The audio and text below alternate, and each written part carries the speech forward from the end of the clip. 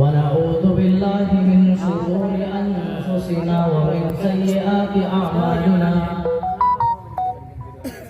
من يهد الله فلا مضل له ومن يضلل فلا هادي له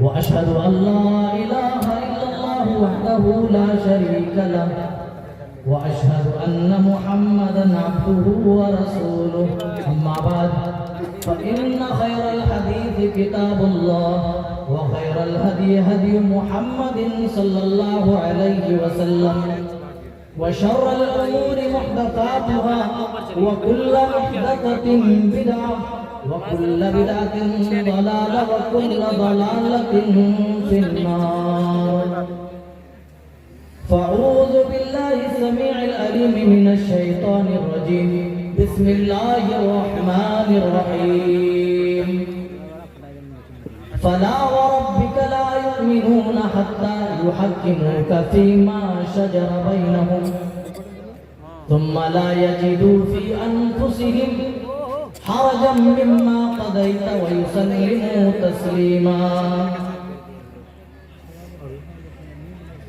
تم میرا ایمان مٹانا پاؤ گے۔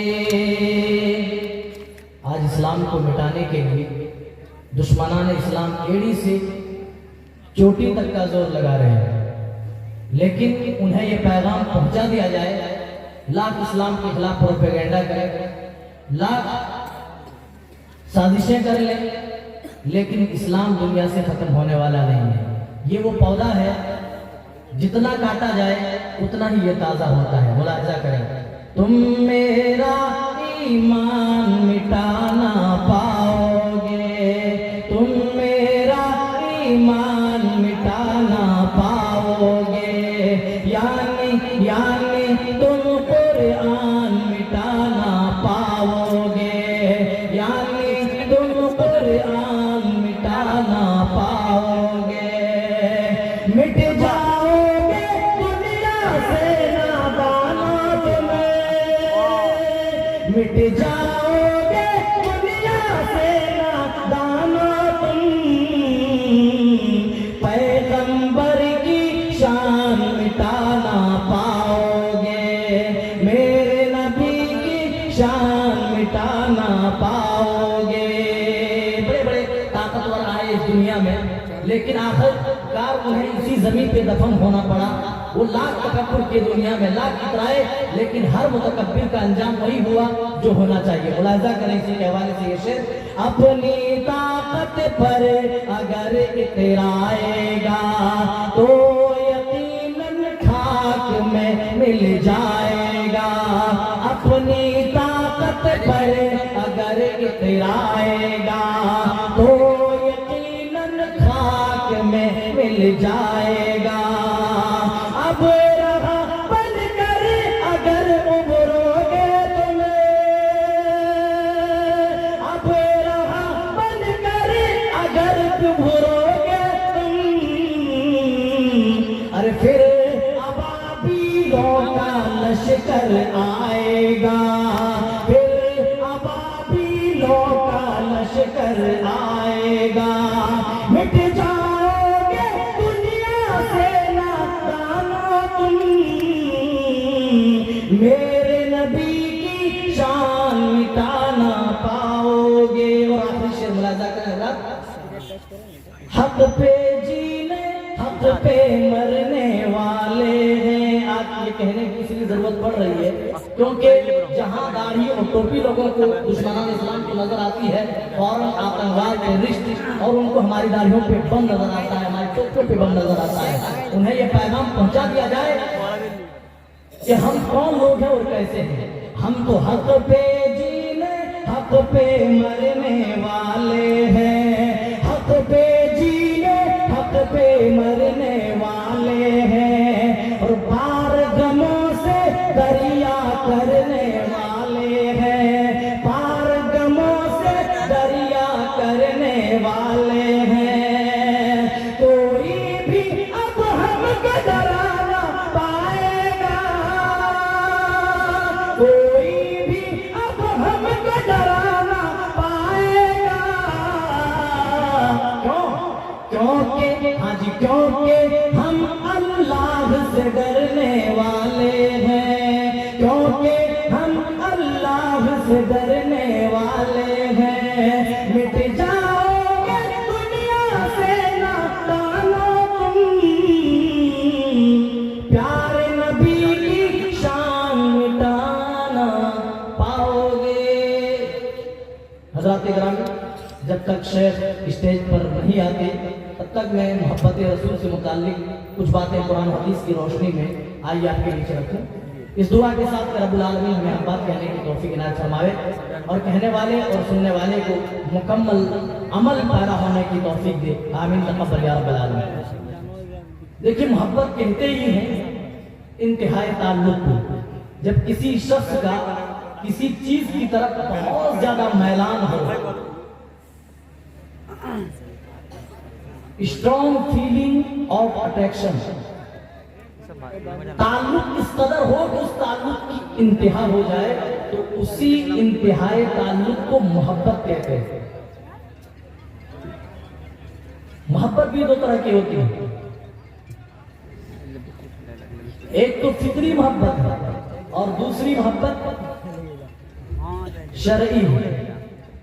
فطری محبت وہ محبت ہے جس کو اللہ نے قرآن پاک میں بتایا، زُيِّنَ لِلنَّاسِ حُبُّ الشَّهَوَاتِ مِنَ النِّسَاءِ، لوگوں کے لیے مزین کر دیا گیا ہے شہوات کی محبت کو، خواہشات کی محبت کو، من النساء عورت کی محبت کو،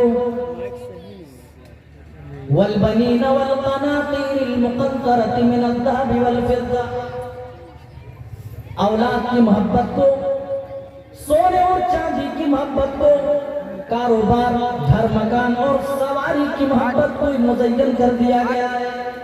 یہ فطری ہے، انسان کے دل میں یہ محبت آٹومیٹکلی پیدا ہوتی ہے۔ لیکن میرے بھائیوں، کچھ محبتیں ایسی ہیں جو اللہ اور اس کے رسول کو مطلوب ہیں، جو شریعت کو مطلوب ہیں۔ شریعت ہم سے کون سی محبت کا مطالبہ کرتی ہے؟ سب سے پہلا مطالبہ شریعت کا ہے کہ سب سے زیادہ محبت تمہارے دل کے اندر اللہ اور اس کے رسول کی ہونی چاہیے۔ اسی لیے اللہ تعالیٰ نے قرآن میں بتایا وَالَّذِينَ آمَنُوا أَشَدُّ حُبًّا لِلَّهِ، ایمان والے، جو ایمان والے خود کو کہلاتے ہیں، جو میرے نبی کا کلمہ پڑھتے ہیں، وہ تو اللہ سے حد درجہ محبت کرتے ہیں، اللہ سے بہت ہی زیادہ محبت کرتے ہیں۔ اور دوسری محبت جسے شریعت نے مطالبہ کیا ہے وہ ہے رسول کی محبت۔ محمد کی محبت دین حق کی شرط اول ہے۔ کیا ہے؟ محمد کی محبت دین حق کی شرط اول ہے، اسی میں ہو اگر خامی تو سب کچھ نامکمل ہے۔ اگر ہمارے آپ کے دلوں میں رسول کی محبت نہیں ہے لوگوں تو ہم ایمان والے کہلانے کا حق نہیں رکھتے۔ صحیح بخاری اٹھائیے، کتاب الایمان میں امام بخاری رحمہ اللہ ایک باب قائم کرتے اور اس باب کا نام ہی رکھتے باب حب الرسول من الایمان۔ کیا مطلب ہے؟ مطلب یہ ہے کہ رسول سے محبت کرنا، رسول کو چاہنا، رسول کی اتباع و پیروی کرنا، یہ ایمان میں سے ہے، یہ ایمان کی علامت ہے، یہ ایمان کا ایک حصہ، ایمان کا ایک پارٹ ہے۔ اور حدیث کو اسی لاتے ہیں، آپ حدیث اس میں لاتے ہیں فَلَا وَرَبِّكَ لَا يُؤْمِنُونَ حَتَّى يُحَكِّمُوكَ فِي مَا شَجَرَ بَيْنَهُمْ لَا يُؤْمِنُ أَحَدُكُمْ حَتَّى أَكُونَ أَحَبَّ إِلَيْهِ مِنْ وَالِدِهِ وَوَلَدِهِ وَالنَّاسِ أَجْمَعِينَ۔ قسم ہے اس ذات کی جس کے ہاتھ میں میری جان ہے، تم میں سے کوئی بھی شخص اس وقت تک مومن کہلانے کا حقدار نہیں ہو سکتا ہے